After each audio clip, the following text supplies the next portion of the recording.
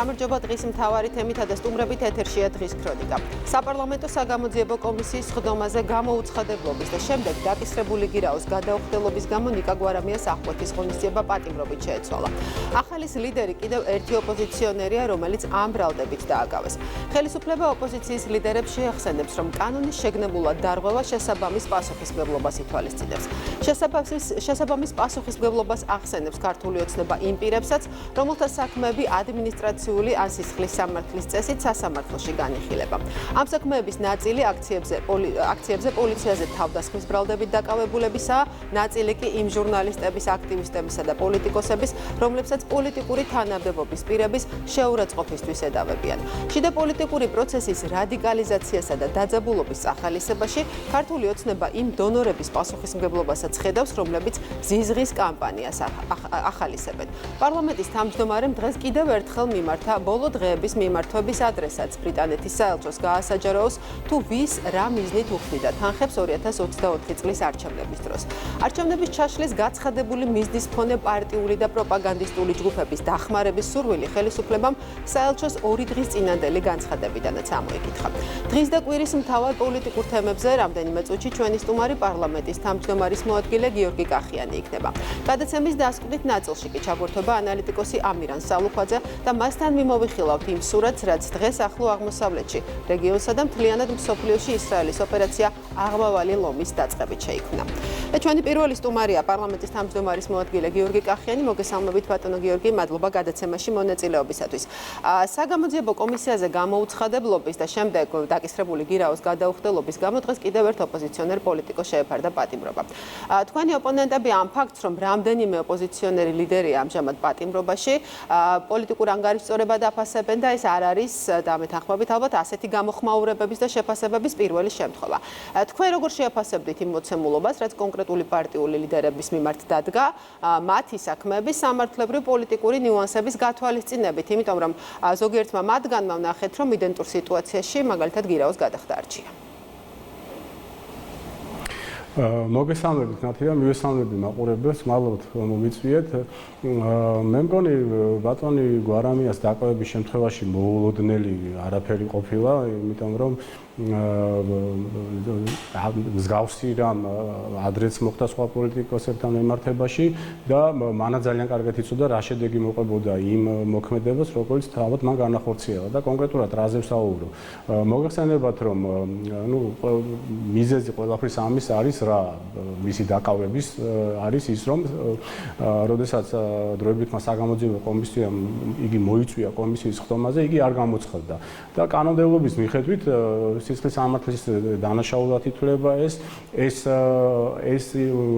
დანაშაულები მოქმედება ეს არ არის ეხლა და თქვა ჩვენი ხელისუფლების დროს არ ყოფილა ასეთი ნორმა მიღებული, ეს ნორმა მოქმედებდა მანამდეც და საკმაოდ დიდი ხანია მოქმედებს და ზოგადად ეს ყველა მიცის, რომ საგამოძიებო კომისიის მოთხოვნის შეუსრულებლობა ეს არის დანაშაულებრივი მოქმედება. ასე რომ აი პოლიტიკურად თუ შევხედათ, თქვენ მე მკითხეთ როგორც პოლიტიკური ასე სამართლებრივი ნაწილი, ხო, ყველაფერს ამას პოლიტიკურად თუ შევხედათ, აი რატომ არ უნდა მოდიოდნენ პოლიტიკოსები საგამოძიებო კომისიის ხდომაზე. სიმართლე არის ის, რომ მათ აშინებთ ის პასუხები, ის კითხვები, რომელიც საგამოძიებო კომისიაზე მათ წინაშე დაისმება, ხო?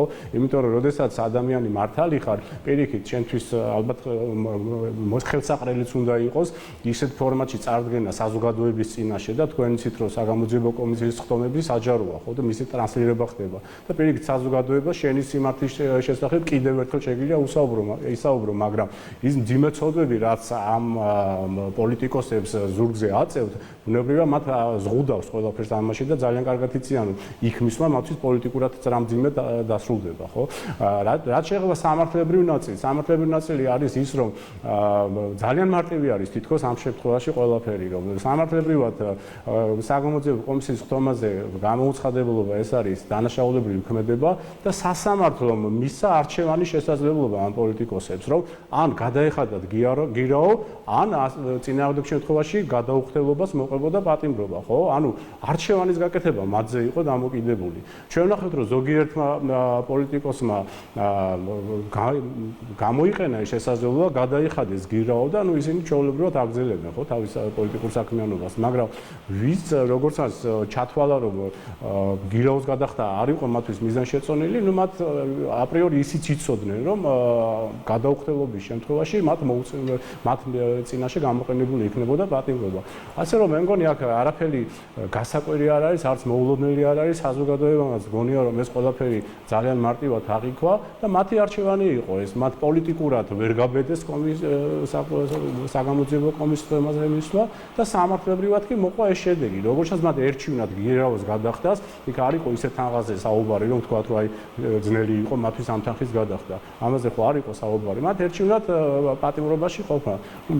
დადგა სწორედ ეს შედეგი, რაც ასე ვთქვათ, მათი არჩევანიდან გამომდინარე მოხდა. კიდევ ერთი თემა, რომელიც ბოლო დღეებში ხმაურის და ასეთივე კრიტიკული შეფასებების საკითხად იქცა, ეს არის პოლიტიკური თანამდებობის პირების შეურაცხყოფის ბრალდებით აქტივისტების და ჟურნალისტების დაჯარიმებაც, რაც მოისმენდით, რომ ასევე შეფასდა როგორც გამოხატვის თავისუფლების შეზღუდვა და საზოგადოებაში შიშის დანერგვის მცდელობა. აი, ბოლო დღეების განმავლობაში ბევრი პარალელიც გაივლო სხვა სახელმწიფოების პრაქტიკასთან. მე ახლა მინდა კითხვა ასე დაგისვათ, თქვენ როგორც იურისტმა რომ განმარტოთ, როგორ უნდა გაივლოს ეს ზღვარი, აი გამოხატვის თავისუფლებასა და შეურაცხყოფას შორის და საზოგადოებაშიც დამკვიდრდეს განცდა, რომ საჯარო პირის კრიტიკა საჯარო სივრცეში შესაძლოა ითვალისწინებდეს გარკვეულ პასუხისმგებლობასაც.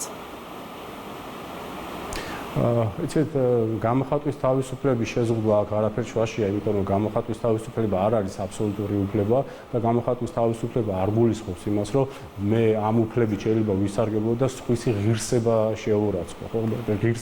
ღირსების თავისუფლება ეს კიდევ უფრო მაღალი კატეგორიაა, ასე რომ გამოხატვის თავისუფლების ნაწილში, რა თქმა უნდა, მთელი რიგი შეზღუდვები არსებობს და ეს ჩვეულებრივი ამბავიც არის. ახლა, როდესაც ადამიანს შეურაცხყოფას აყენებ, გამოხატავ მის შეურაცხყოფელ რაღაც ფრაზებს, სიძულვილს და ასე შემდგომ, ეს მხოლოდ ჩვენი კანონმდებლობით არ არის ისეთი მოქმედება, რომელსაც პასუხისმგებლობა მოყვება.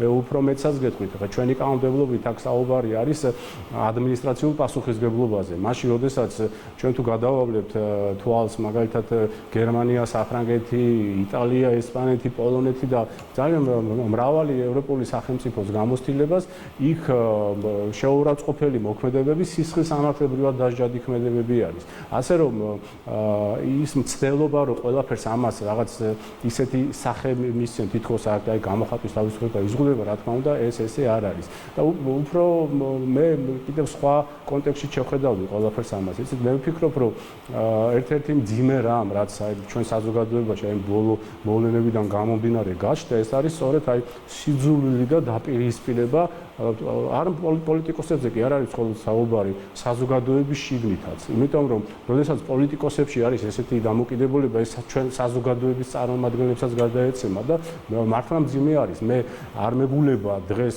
საღად მოაზროვნე ადამიანი და არ აქვს მნიშვნელობა, როგორი პოლიტიკური შეხედულებების არის ეს ადამიანი, რომელსაც არ ანაღლებდეს ის, რომ საზოგადოების შიგნით არის ესეთი დაპირისპირება.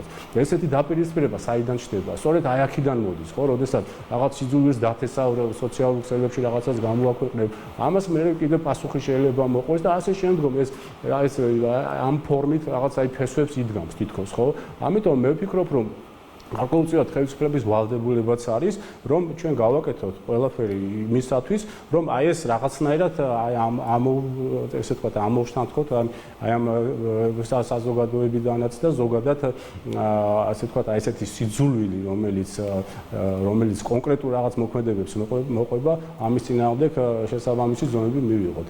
აი მე ვფიქრობ, რომ მხოლოდ ამაზე არის აქ საუბარი, ძალიან მარტივად არის ყველაფერი და ესე ვთქვათ არავითარ შემთხვევაში, რა თქმა უნდა, ეს არ გულისხმობს რაიმე სხვა უფლების შეზღუდვას, როდესაც საუბარი არის შეურაცხყოფის მიყენების შემთხვევაში პასუხისმგებლობის დადგომაზე. სხვათა შორის, აი ამ ტიპის შეურაცხყოფას და ლანძღვას, რასაც მოყვა თქვენი მხრიდან საჩივარი, ხშირად მოგვისმენია თქვენი გუნდის შეფასებებისგან, რომ ეს არის ნაწილი იმ კამპანიისა, რომელიც ფაქტობრივად უკვე ყოველდღიურობად იქცა, ეს არის განსაკუთრებით ბოლო თვეებია აქციების და პროტესტის ფონზე. აი ამ რეალობის წახალისებაში მმართველი გუნდი ხშირად მიუთითებს დონორების პასუხისმგებლობას. პასუხისმგებლობაზეც. ბრიტანეთის საელჩოს დღეს კიდევ ერთხელ მიმართა პარლამენტის სპიკერმა გაასაჯარო აქამდე გაცემული თანხების ოდენობაც და მიზნობრიობაც. რა კონკრეტული კითხვები აქვს დღეს ქართულ ოცნებას კონკრეტული დონორების მისამართით? აი ამ კითხვებზე, აი ამ საჯარო მიმართვებზე თქვენ ელით კონკრეტულ პასუხს თუ აი მიმართვების თავშოთ უპასუხოდ დატოვებაც უკვე პოზიციაა თქვენთვის? იცით, ჩვენ ხედავთ ამას, რა თქმა უნდა, რომ აი სიძულვილის ეს გავრცელება ხშირად ხდება მათ შორის იმ ორგანიზაციების მხრიდან, რომელიც ფინანსდებიან სხვადასხვა საელჩოების მხრიდან, სხვადასხვა სახელმწიფოებიდან, საერთაშორისო ორგანიზაციებიდან და ასე შემდგომ, ხო? ეხლა, როდესაც აი ამ კონკრეტულ შემთხვევაში, როდესაც საუბარი არის აი ბრიტანეთის საელჩოს მხრიდან კონკრეტული ორგანიზაციების დაფინანსებაზე, აი ეს ორგანიზაციები, რომელთა დაფინანსებაზეც იყო საუბარი და ბრიტანეთის საელჩო განმარტავდა ამას, რომ ეს დაფინანსება, ეს გრანტები შეეხებოდა არჩევნებზე დაკვირვებას და ასე შემდგომ. ეს ამ ორგანიზაციებმა ჩვენ თავი დაგვამახსოვრეს, როგორ რომ ისინი ჩართული იყვნენ აი მთელი პროცესებში, რომელიც ხელისუფლების დამხობას გულისხმობდა არჩევნების, საპარლამენტო არჩევნების ვითომ გაყალბებულად გამოცხადებას და ასე შემდგომ. ხო, ანუ თითქოს ეს ყველაფერი მიზანმიმართულად ხდებოდა.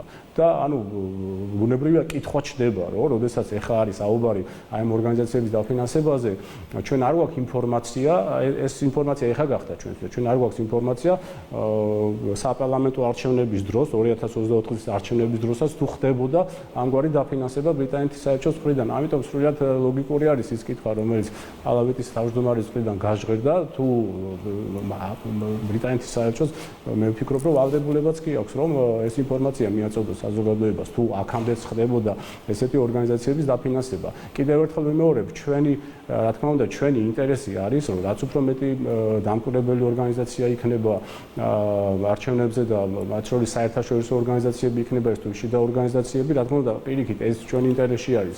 მაგრამ როდესაც საუბარი არის ისეთ ორგანიზაციებზე, რომელთაც უკვე თავისი თავი აჩვენეს საზოგადოებას და ამ ორგანიზაციებთან მიმართებაში, როცა არჩევნების დაკვირვებაზე არის საუბარი, სამართლიანობის და ობიექტურობის განცდაზე არანაირად არ ჩდება, ხო? ესეთი განცდები.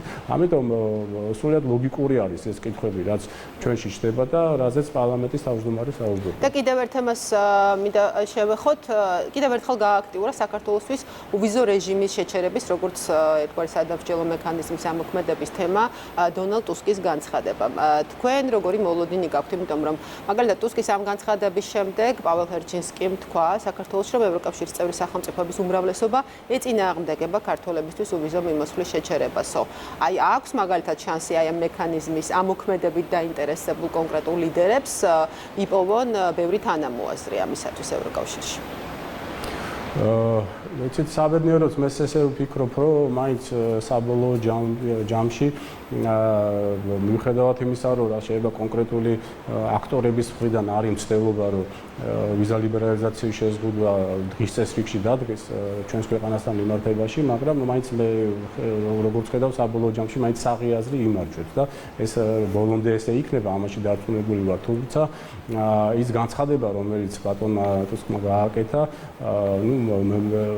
ამას რა წინაპირობა ჰქონდა, ჩვენ გვახსოვს, რომ ეს განცხადება გააკეთა პარლამენტში, როდესაც თვითონ დააყენა თავისივე მთავრობის დობის საკითხი პარლამენტის წინაშე, ხო? და ამას წინ ის უსწრებდა, რომ მანამდე საპრეზიდენტო არჩევნებში მისი გუნდი დამარცხდა და რეალურად დღეს პოლონეთში როგორი ვითარება არის, აი სამართლებრივად ამას კოაბიტაციას ვეძახით, ხო? როდესაც პრეზიდენტი არის სხვა გუნდის წარმომადგენელი და პრემიერი და საპარლამენტო უმრავლესობა სხვა გუნდის წარმომადგენელი, ხო? და როდესაც იგი აყენებდა თავისი მთავრობის დობის საკითხს, როგორც ჩანს, მას ჰქონდა აი ესეთი პოპულისტური განცხადებები, რომელიც გააკეთა აი მიგრაციასთან დაკავშირებით და სამწუხაროდ, ჩვენს ქვეყანას შეეხო, ხო? აი მაგალითად საქართველოს მოიყვანა და აი 50 ქართველის დეპორტაციაზე გაამახვილა ყურადღება და ასე შემდგომ, ხო?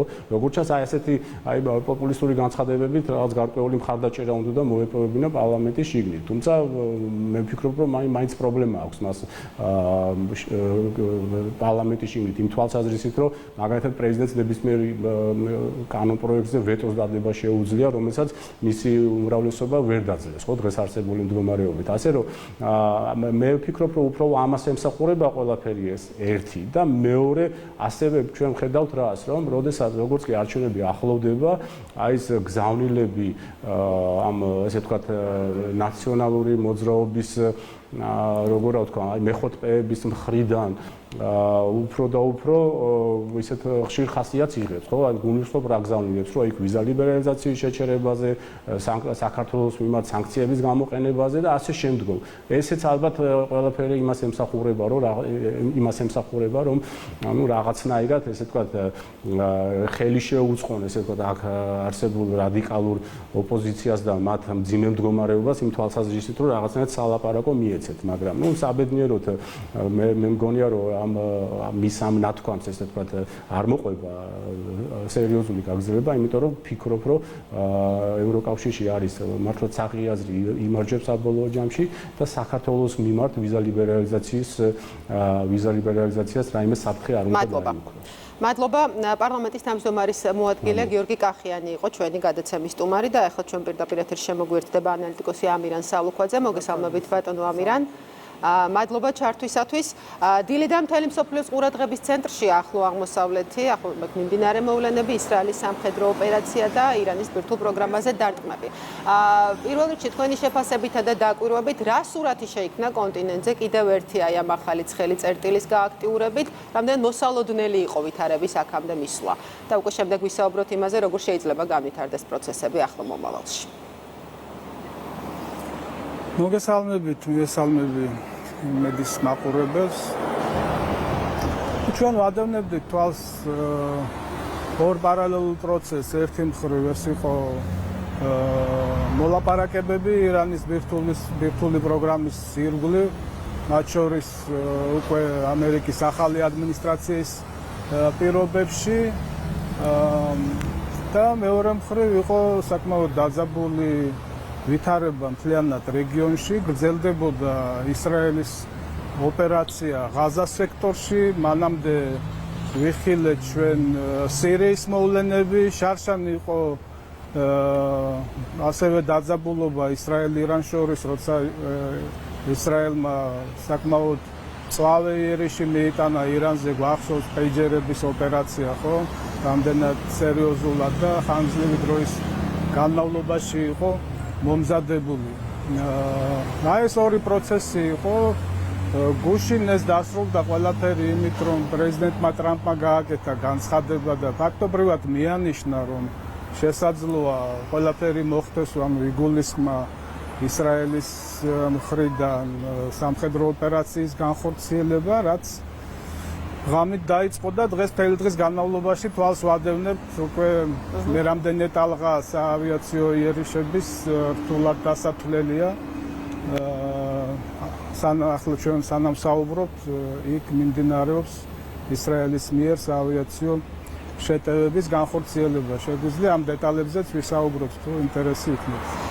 მოდი ახლა თუ მოვასწრებთ მე შეგვიძლია დავაკონკრეტოთ დეტალები. მოდი ახლა ვისაუბროთ იმაზე, რამდენად არის დღეს რეალური ვითარების დეესკალაცია, იმიტომ რომ ბევრი განცხადება მოვისმინეთ, მაგალითად დასავლეთის ქვეყნებიდან, მოწოდებისა დეესკალაციისკენ. აი, რამდენად არის დღეს ამის რესურსი? ან საუბარი ახლა აი ამ პირობებში, როცა ისევ მიმდინარეობს ეს ოპერაცია, არის თუ არა ამის რესურსი, თუ მაგალითად საფრთხე სრულმასშტაბიანი ომისა უფრო მაღალია? როგორ ხედავთ? ფიქრობ უახლოეს დღეებში როგორც მინიმუმ სამხედრო მოქმედებები გაგრძელდება ისრაელის მხრიდან. ირანი როგორ უპასუხებს ამას ცალკე შევეხები და საერთოდ შეძლებს თუ არა პასუხს. აქ არ წყდება მხოლოდ ბირთვული პროგრამის საკითხი, თუმცა ისრაელისთვის ეს ყველაზე მნიშვნელოვანი თემაა და უკავშირდება პირდაპირ ისრაელის სახელმწიფოს ყოფნა არ ყოფნის საკითხს. ჩვენ ვიცით კარგად რა მიზნები ჰქონდა გაცხადებული ირანის დღევანდელ ხელისუფლებას და როგორ უყურებს ის საერთოდ ისრაელის სახელმწიფოს ყოფნა არ ყოფნას.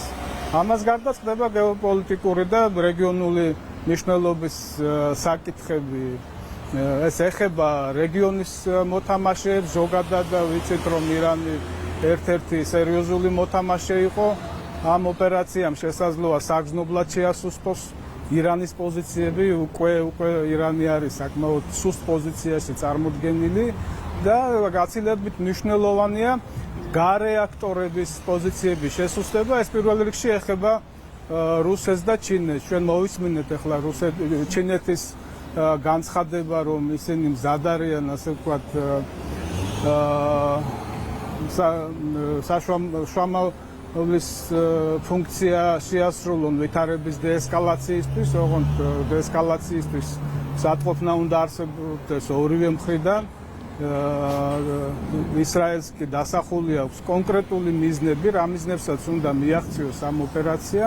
მეორე მხრივ არის კიდევ რუსეთი, რომელსაც სულ ახლახანს სამოკავშირეო ხელშეკრულება გააფორმა ირანთან, თუმცა იქ საკმაოდ ბუნდოვანი ჩანაწერებია და სულაც არნიშნავს იმას, რომ რუსეთი რაიმე სახით გულისხმობ აქტიურ მოქმედებებს ირანს მხარს დაუჭერს, მაგრამ რუსეთისთვის მნიშვნელოვანი იყო თვითონ ეს სავაჭრო თემა, ირანის სავაჭრო თემა ამერიკასთან და გვახსოვს ახლახანს სატელეფონო საუბარი, როცა შედგა პუტინსა და ტრამპს შორის, ტრამპმაც გაახმოვანა და პუტინის მხრიდანაც მზადყოფნა იყო, რომ თავისი როლი, ასე ვთქვათ, რუსეთს შეესრულებინა ან ბირთვული პროგრამის ფარგლებში ირანთან მოლაპარაკებებს გულისხმობ.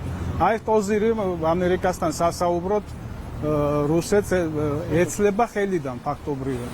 ნუ ახლა გავრცელდა ინფორმაცია თუ სწორია რომ ისრაელის პრემიერ-მინისტრს სურს საუბარი პუტინთან, სატელეფონო საუბარი, თუმცა მსგავსი იყო შარშანდელი ოპერაციის დროსაც და მაშინაც ისრაელმა თავისი მიზნები, რაც ჰქონდა დასახული, მიიტანა ბოლომდე.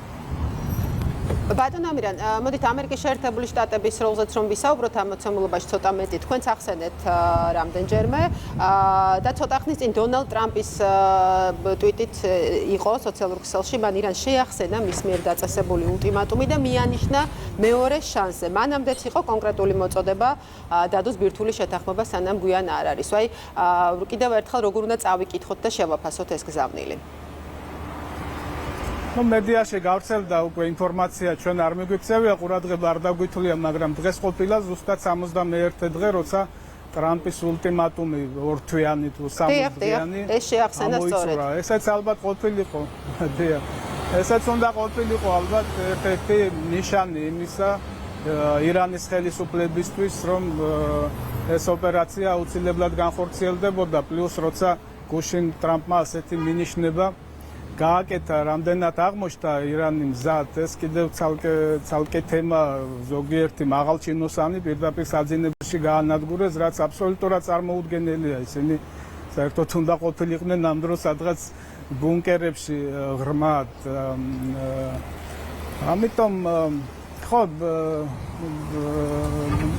ირანის კი არა, უпростоრად ისრაელის მიერ ამ ოპერაციის დაგეგმვაზე მაინც გეტყვით ორ სიტყვას, იმიტომ ყველანაირად იკვეთება, რომ ეს ოპერაცია მზადდებოდა საკმაოდ დიდი ხნის განმავლობაში. აქ მინიმუმ ჩვენ შეგვიძლია 1 წელზე მეტი დრო ავიღოთ. ანუ შარშან როცა ისრაელმა ესეთი სერიოზული ოპერაცია განახორციელა, აი შეგვიძლია ყარად ვივარაუდოთ, რომ პარალელურად ისინი უკვე შემდგომ ოპერაციას ამზადებდნენ. ეს საერთოდ ისრაელს ახასიათებს, ანალოგიურად იყო 67 წელს 6 დღიანი ომის მომზადება, 2 წელი ამზადებდნენ იმ ომს. და საინტერესოა ის დეტალი, ახლა რა ინფორმაციებიც გავრცელდა აი ამ ოპერაციასთან დაკავშირებით, ანალოგიური რამ განახორციელეს, რაც ახლახანს უკრაინამ რუსეთში ჩაატარა რუსეთის სტრატეგიული ბომბდამშენების წინააღმდეგ. ზუსტად იგივე ოპერაცია იყო, ესე იგი დრონების შეტანა მოხდა ირანის ტერიტორიაზე და ძალიან დიდი რაოდენობა მიზნების, მათ შორის ეს ეხება საჰაერო თავდაცვის ობიექტებს, ეხება სარაკეტო ჯარებს და ასე შემდეგ განხორციელდა სწორედ ირანის ტერიტორიიდან დრონების მეშვეობით და ეს ძალიან საინტერესოა და შეგვიძლია ანუ უკრაინაზე თუ ვიცით განაცხადეს ღიად რომ წელიწადზე მეტი მზადდებოდა ოპერაცია დაახლოებით ანალოგიური პერიოდი შეგვიძლია ავიღოთ აი ამ ოპერაციისაც ანუ სულ მცირე 1 წელი მზადდებოდა ეს ოპერაცია ანუ პარალელურად ანუ შარშან ატარებდნენ საჰაერო შეტევებს აფეთქეს პეიჯერები გაანადგურეს გუშაკთა კორპუსის ხელმძღვანელობა ათასობით გუშაკთა კორპუსის წევრი დაიჭრა და ასე შემდეგ და ამ დროს ისრაელი გეგმავდა უკვე შემდეგ ეტაპს ანუ დეესკალაციისთვის ჯერჯერობით პროგრამის სანამ ისრაელი საკუთარ ამოცანებს არ გადაწყვეტს და პირველ რიგში ეს არის ირანის ბირთვული პროგრამის შესუსტება მინიმუმ თუ არა და საერთოდ განადგურებაც კი მთელი პოტენციალის. ბატონო ამირან სანამ ეს ამოცანები არ იქნება შესრულებული, არ მგონია რომ რაიმე დესკალაცია მოხდეს. ვიდრე მომდევნო საათები და დღეები მოგცემს უფრო დაფე პროგნოზების გაკეთების საშუალებას, ჩვენი საუბრის დასასრულს მინდა მოკლედ შევაჯამოთ. აი მაგალითად პირველი ეფექტი აი ამ სიტუაციის შედეგად უკვე გამოჩნდა მედიაში, მაგალითად გავლენა ნავთობის ფასებზე. აი რა სურათის წინაშე შეიძლება აღმოჩნდეს მაგალითად ჩვენი ქვეყანა რეგიონში კიდევ ერთი სრულმასშტაბიანი კონფლიქტის რისკის გაზრდის შემთხვევაში. Ну, ნახოთ, ასეთი კონფლიქტების დროს ყოველთვის ხდება რყევები ბირჟებზე, შესაძლოა აი ამ ფასების და შემდგომში პირიქით მოყვეს ფასების ვარდნა. ამის პროგნოზირება რთულია, მე ვადევნებ თვალს დღეს მთელი დღეა სხვადასხვა ფინანსური ანალიტიკოსების და ინტერნეტ წყაროების შეფასებებს და მოლოდინებს ჯერჯერობით ისეთი მკაფიო რაიმე პროგნოზები არ წამიკითხავს. ყველაფერი დამოკიდებულია იმაზე თუ რამდენხანს გაგრძელდება ეს ომი და როგორ წარიმართება საერთოდ პროცესები, ირანი რა სიტუაციაში აღმოჩნდება. აი ორი სიტყვით გეტყვით, მაინც ახლა ყველა ელოდება ირანის მოქმედებას და ჩემი შეფასებით როგორც კი ისრაელმა დაიწყო საჰაერო იერიში უკვე უნდა მოყოლოდა ირანის მხრიდან რაიმე პასუხი, თუმცა ჩვენ თითქმის 12 საათზე მეტი გავიდა რაც ეს ოპერაცია ჩატარდა, ღამით იქნება 1 დღე-ღამე და ვერ ვხედავთ ვერანაირ ქმედებებს. ანუ შეგვიძლია ვივარაუდოთ ისიც რომ ირანის სამხედრო პოტენციალი, ანუ სარაკეტო პირველ რიგში რითაც შეიძლება ისრაელს უპასუხოს არის შესუსტებული და აი ამ ფაქტორებზე ყველაფერზე ანუ ირანის ხელისუფლება რამდენად შეინარჩუნებს ძალაუფლებას შესუსტება თუ არა შიგნით რა პროცესები წავა და ამაზე იქნება დამოკიდებული შემდგომში იქ სატრანსპორტო მარშრუტები და ნავთობის მიწოდების მთელი ლოგისტიკა როგორ იმუშავებს. აი დავალოდოთ პროცესს რა თქმა უნდა ეს რეგიონზე აისახება თუ მკვეთრი ცვლილებები მოყვა ნავთობის ან სხვა ენერგომატარებლების. მადლობა ბატონო ამირან, ამინდით შეიცვალა, მე მგონი ძალიან დასრულდით, დავასრულოთ საუბარი. დიდი მადლობა გადაცემაში მონაწილეობისათვის. ამირან სალუქვაძე პასუხობდა დღის ქრონიკის კითხვებს. ჩვენი გადაცემა დღეს ამით დასრულებულია. მიმდინარე სიახლეებს გაეცანით იმედი ნიუზ-ზე. მე გემშვიდობებით მომავალ კვირამდე ნახვამდის.